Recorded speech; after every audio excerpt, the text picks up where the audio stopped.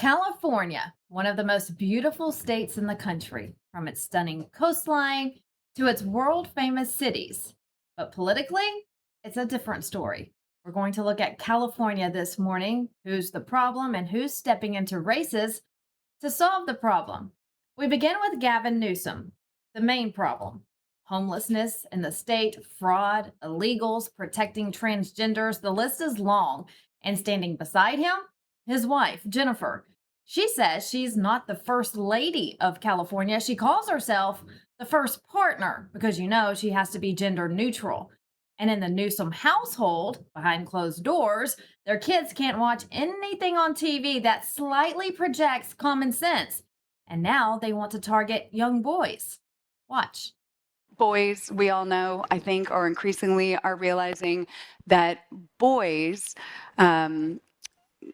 are moving away from sort of the more progressive boys that spend time online are moving a little bit are I'm trying not to be political here, but are moving to the right and being sort of influenced by the Andrew Tates and some of that sort of alt-right socialization online that we know is very, very dangerous. My husband and I were alarmed when our kids were watching sports online and my son knew about Andrew Tate and thought he was pretty cool and thought that his Republican grandfather, who's not a Trumper, but a fiscal conservative, thought that my father would like Andrew Tate. So that's scary. We're like one of the most progressive households, and our son is confused and asking all these questions. We're working on legislation to hold tech companies accountable and help them be a force for good in our kids' and families' lives. To really provide all the best in class resources and support for youth so that they don't go down this rabbit hole of very, very dangerous and limiting narratives around ultimately what it means to be a girl and what it means to be a boy. We owe it to them and ourselves to kind of heal this gift of modern technology, but curb it to be a force for good. I mean, look, the Gov and I, we have 3 more years. We're trying to institutionalize our values so that they carry on beyond our term. Let's hope not. Let's bring in West Coast commentator Sam Myerjovsky, host of the What's Right show. Sam, she said it multiple times. It's dangerous. What is wrong with the Newsom family? What woke world do they live in? Well, Vanessa, thanks for having me on. Great to see you again. I don't know about you. I find the first partner of California almost as insufferable as her husband to listen to. And behind all that, all those words that she threw at us, is something pretty sinister and dangerous, which is, I guess boys being boys and girls being girls is wrong in her worldview and needs to be corrected via onerous government oversight, cracking down on social media companies and the like. And the thing that I really don't like, first of all, I mean, Andrew Tate, I think, I don't think young men should follow Andrew Tate. I don't think Andrew Tate is quote unquote conservative. I think there are plenty of other conservative voices that are probably influencing her kids. She's specifically choosing him as an extreme example because it's a good one to latch onto. But here's what's going on behind the scenes, and I love it. What's happening in the Newsom household is the same thing that's happening across the country. Young men, and it doesn't matter if her parents are Joe Schmo or Gavin Newsom, young men are tired of being talked down to. And they want affirmation that their masculinity, their emerging masculinity is okay and is acceptable and isn't toxic. And by the way, women, girls want this too, right? Because we're talking about a millennia of evolutionary biology that for some reason these radicals want to reorganize in the span of a decade. So this is it's happening, Vanessa. She's the Newsoms right now are desperate to seize the moment and thrust themselves into the 2028 election. Gavin wants to be president. California, I don't think is a good resume. We could talk about that extensively. I lived in California almost 40 years, almost my entire life. And my family and I relocated to Las Vegas, to Nevada, and haven't looked back because, the state has been absolutely ruined by these clowns. Everything they touch is it turns into disaster. You're absolutely right. And I'm just stuck on her. You're right with the example that she gave is one that she just wants to hang on to because she knows that's an extreme name. But as a mother, I would love for my child to come to me and say, "Hey, I'm following somebody and I'm really a fan of this person who has common sense and has values, but not with the Newsom family. They want the complete opposite." Yeah, and the other thing is, it's almost a throwaway line in there, but apparently her dad is a Republican. Oh, but he's not a MAGA Republican. They always have to say that. And I'm thinking, if gosh forbid, what if my daughter? I have two daughters and I've got a son. So I'm in the thrust of it now. They're all teens as of this year, and first off, one, I've always, we have very robust, open conversations in our household. It never is about don't listen to that, or don't listen to your, I've got some liberals in my family too, and so well, hear them out, see what they think, and you tell me what makes more sense to you. I encourage my kids to use logic, and we are here now. This is almost everything about the current Democratic Party, the left in America today, wrapped up into one clip. And I'm so happy you played this clip because it's all in there. Tiresome, stripping, denuding of genetic programming. These are the people that believe in science. So I guess, thousands of years of biology out the window. And then on top of that, oh my gosh, a competing opinion. No, get out, bundle your kids up. So it's to me, the real, if you're actually going to protect kids from viewpoints, I think when we look back at this era, the most damaging stuff for kids was all of this gender confusion that these people, Right. that the Newsoms have put out there. And do you know how many teen suicides we have because of this crap? And it's that we don't even know the half of it, Vanessa. You're absolutely right. They're confused, and it's parents like that who are confusing their kids when she's calling herself, the first partner and not the first lady. At a young age, these kids start questioning and wondering about genders. But the Gavin Newsom family household, they need to look at the big picture. You're right. We'll talk about 2028 here in a moment, but just like you said, California is not a resume. There are over 200,000 homeless people in California. That's 1 in 4 homeless people in the US live in California. We know there's a huge drug problem. Sam, we see video all the time. These homeless people on drugs, the new zombie drug that's out, that's what they look like, or are zombies in the streets.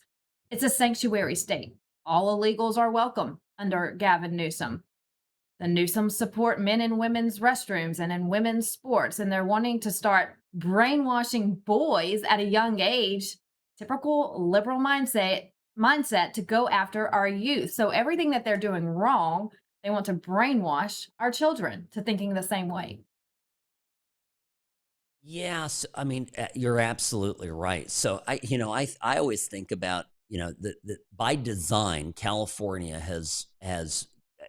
gives away generous subsidies for all the wrong, we'll call it behavior, right?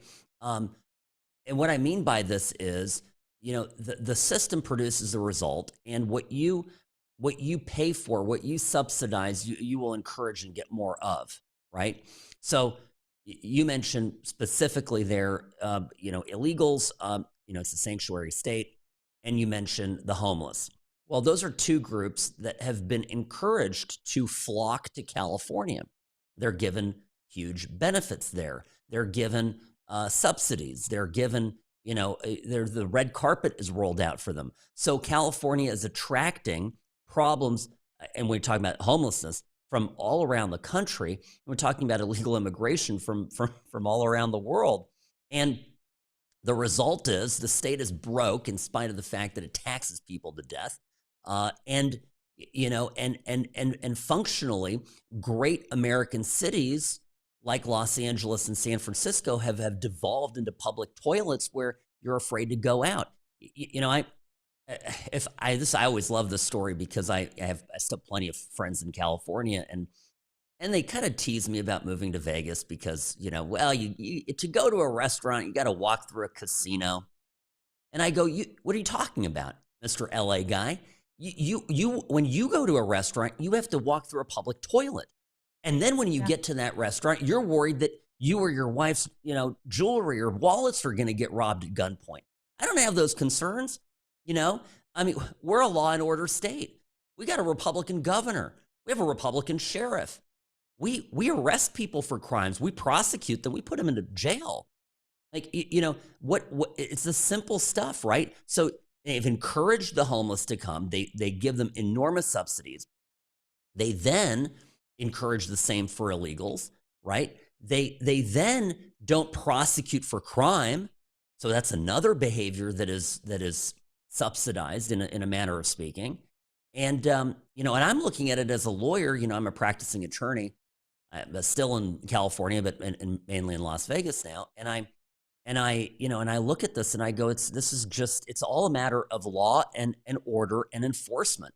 And you create a structure where you're encouraging bad behavior, you're going to get a result. And so people will always ask, Vanessa, why? And the why is because there is so much grift off of all of this, right? There's so much money involved, and it's going straight into the pockets of the friends and family of Gavin Newsom. It's a vast patronage network. And that's why the fraud investigations are going to be so important. I'm keeping a close eye on that.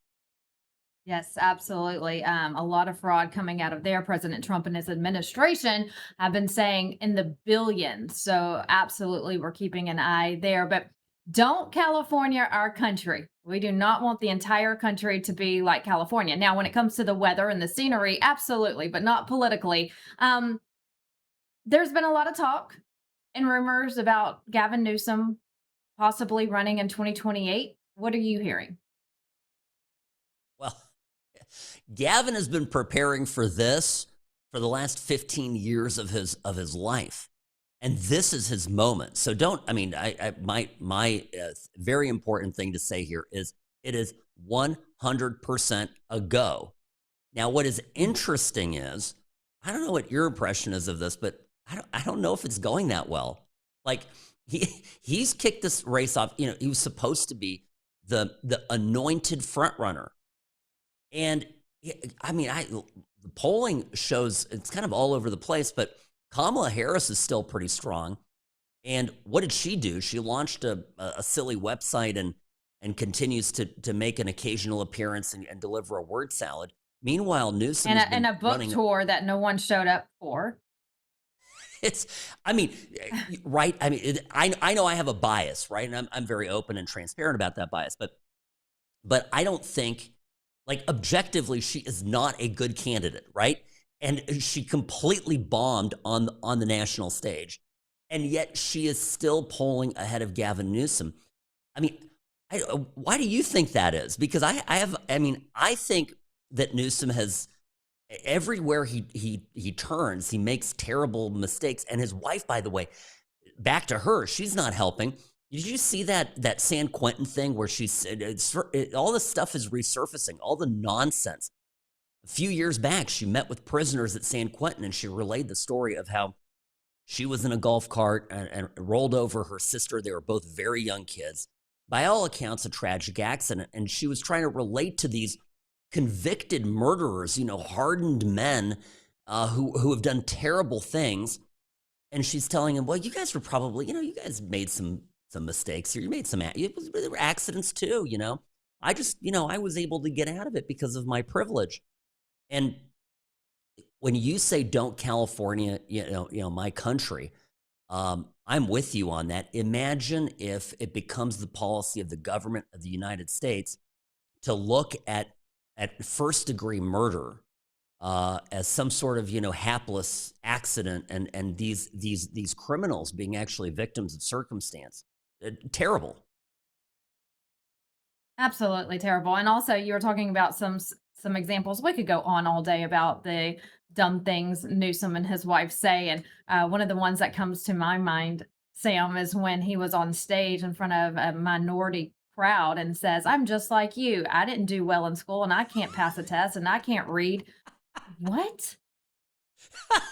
What a slap in the face to anyone. And but he, again, trying to relate to them, but says things that, "Oh, you're stupid. I'm stupid too." He just called the whole crowd stupid. So yes, it's time for him to step aside. I can't wait for his last day in office, and 2028 is going to be interesting on the Democratic side. So eager to see that. We are watching his replacement closely, though, the race for governor. President Trump recently endorsing Steve Hilton, his vision for California: reduce taxes for workers and end the bureaucratic war on business. He also wants to restore the California dream of a single family home for every family, ensure that 100% of students meet state math and English standards. Right now, Sam, polls are showing him either up or tied. One poll has him up 6 points. He's touting that lead today, posting that all over his social media pages. But then you have Riverside County Sheriff Chad Bianco, who he too is wanting to focus on California's homelessness problem and the state's crime rates. Your thoughts, Sam, on these two candidates? Well, I'll tell you, I really like Steve Hilton. I'm not that impressed by Bianco, and I won't really dwell on it. But I think Steve could be a transformational governor for California. Now, I far be it for me to second guess the president. I would have held back on an endorsement at this time, because remember, California has a type of an open primary where basically the top two vote getters, irrespective of party, advance to the general, right? It's called the jungle primary. So the idea, and it's been talked about quite a bit, I'm not announcing anything new, is that it could be, if the with a lot of Democrats running, Swalwell's in the mix. There's a lot of stuff happening around him. If the Republicans get the top two votes, then in the general election come fall, you would have just two Republicans and no one else on the ticket. An interesting thing, and a backfire for a system designed essentially to squeeze out Republicans. So that's, I would have preferred to have sort of split the Republican vote and the protest vote against the Democrats, and had that happen. But that said, look, Hilton is a phenomenal candidate. One word of caution is there's still a super majority of some of the most insane Democrats you will ever meet. I mean, these are like, nuclear powered leftists in the state legislature. And so, I think back to, and I was quite young when he became governor, but nonetheless, I remember it vividly when Arnold Schwarzenegger came in with, big ambitions of how he was going to fix California. And then even back then, he ran into the state legislature, who just basically stopped him dead in his tracks. And then ultimately he kind of gave that up.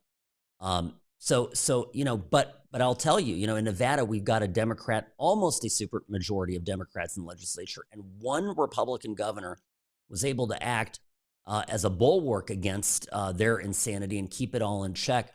So could it happen? Absolutely. Is there an appetite in California to do something different? Is the anger that flows from the Palisades fires? I mean, that is going to be a scandal that continues to develop. So I'd recommend keeping an eye on that.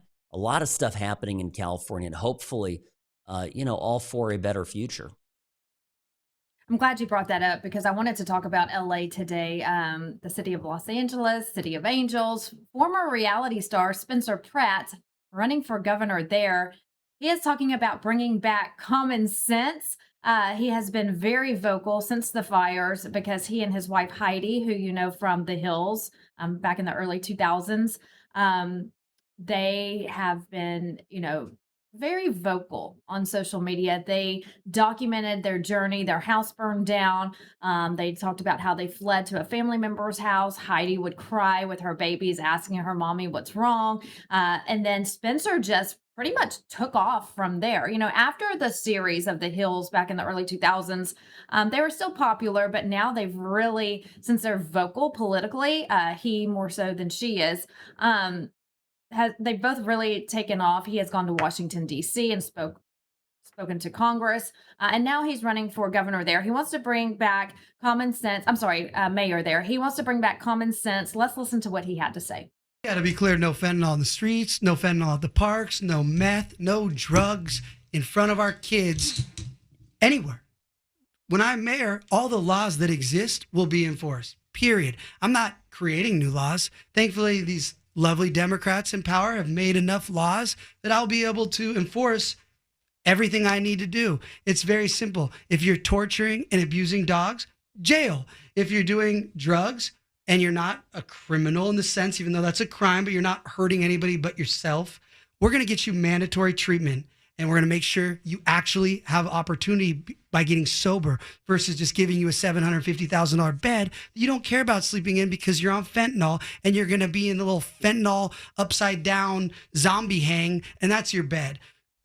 If you are a psycho crazy person like there are that are attacking people, stabbing old ladies in the neck at 10:30 in the morning just last week for no reason, you're going to jail. Love it. Your thoughts on Spencer Pratt? Yeah, that was a great interview that he gave John Cobelt, a good friend in LA, and I love it. Here's one thing people often ask me, how do I raise my profile? How do I, if I want to do something in politics and make a difference? And I always say, pick an issue, stick to it, talk about it, tweet about it, post about it incessantly, and you will get traffic. And Spencer's an example of this. Just as a study of how to rocket forward, you alluded to it. It's absolutely true. So he basically, in the wake of the fires, and the perception of him, I think, was sort of as a washed up has-been celebrity, right?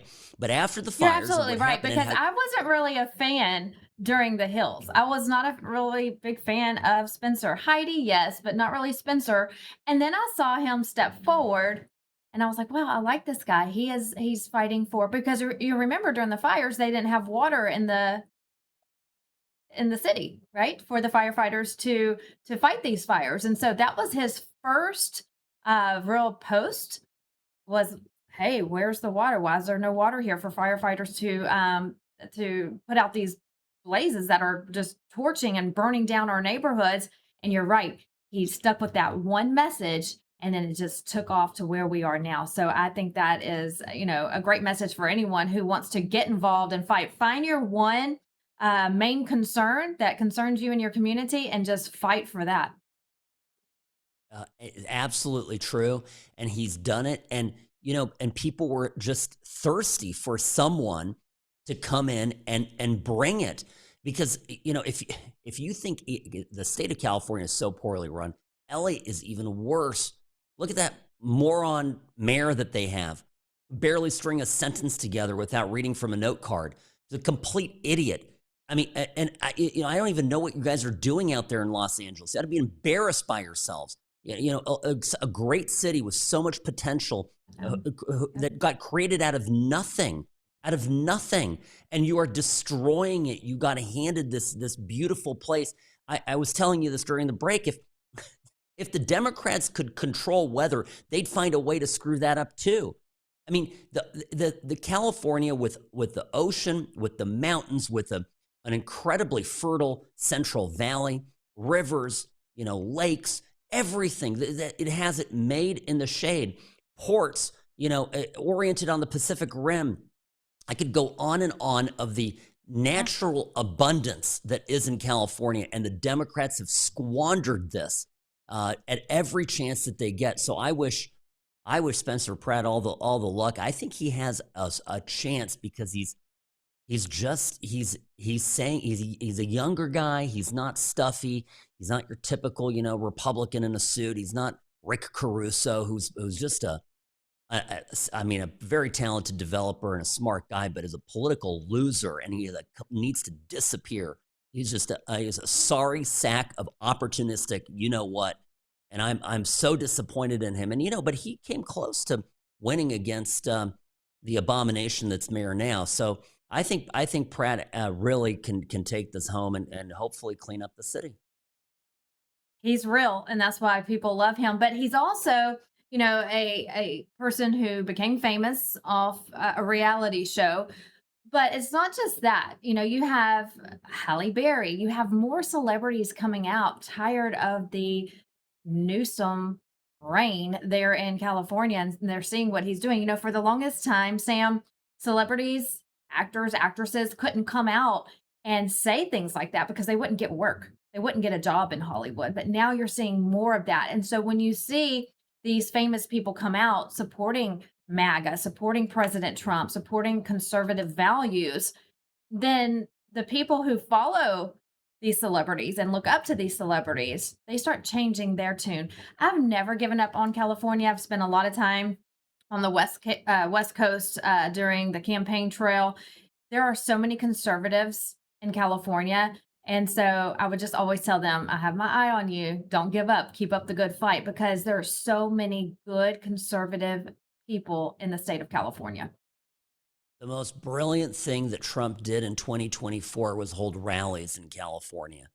And you know why? First of all, strategically for, activating those Republicans, getting them to vote and bringing up his total count, right? The popular vote was won that year by Trump. So it took away the Democrat, crying on that.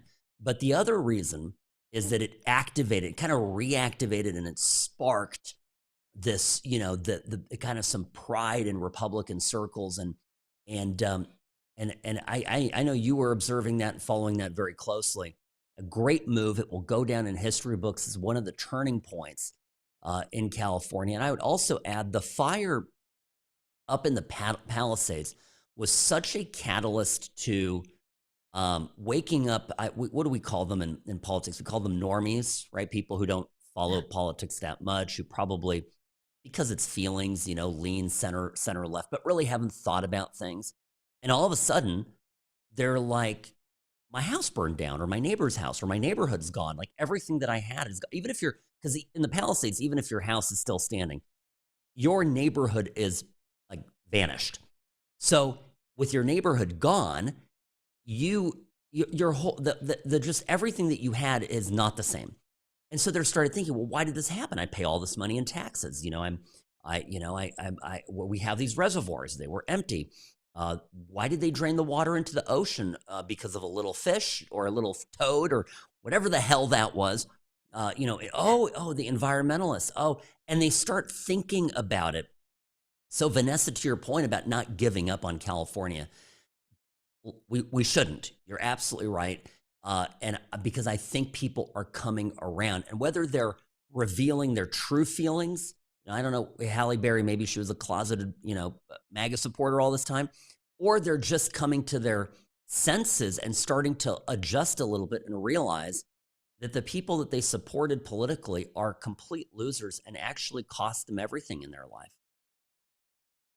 You're right. And it's time to make a change. And so we're seeing that in the polls, good poll numbers that we're starting to see coming out of California. California continue to put up the good fight. We're rooting for you here all over the country. Sam, you host the What's Right show. How can people watch you? Well, first of all, find me on X at What's Right Sam. And then the What's Right show, wherever you get your podcast, quick 40 minutes, national news, local perspective from Vegas. I have, it's a unique show. We have a lot of fun. So if you want to quickly know what's going on in the world, put me in your rotation. Sounds good. Always a pleasure to have you on the show. Thanks so much for stopping by today. My pleasure, Vanessa. Always fun.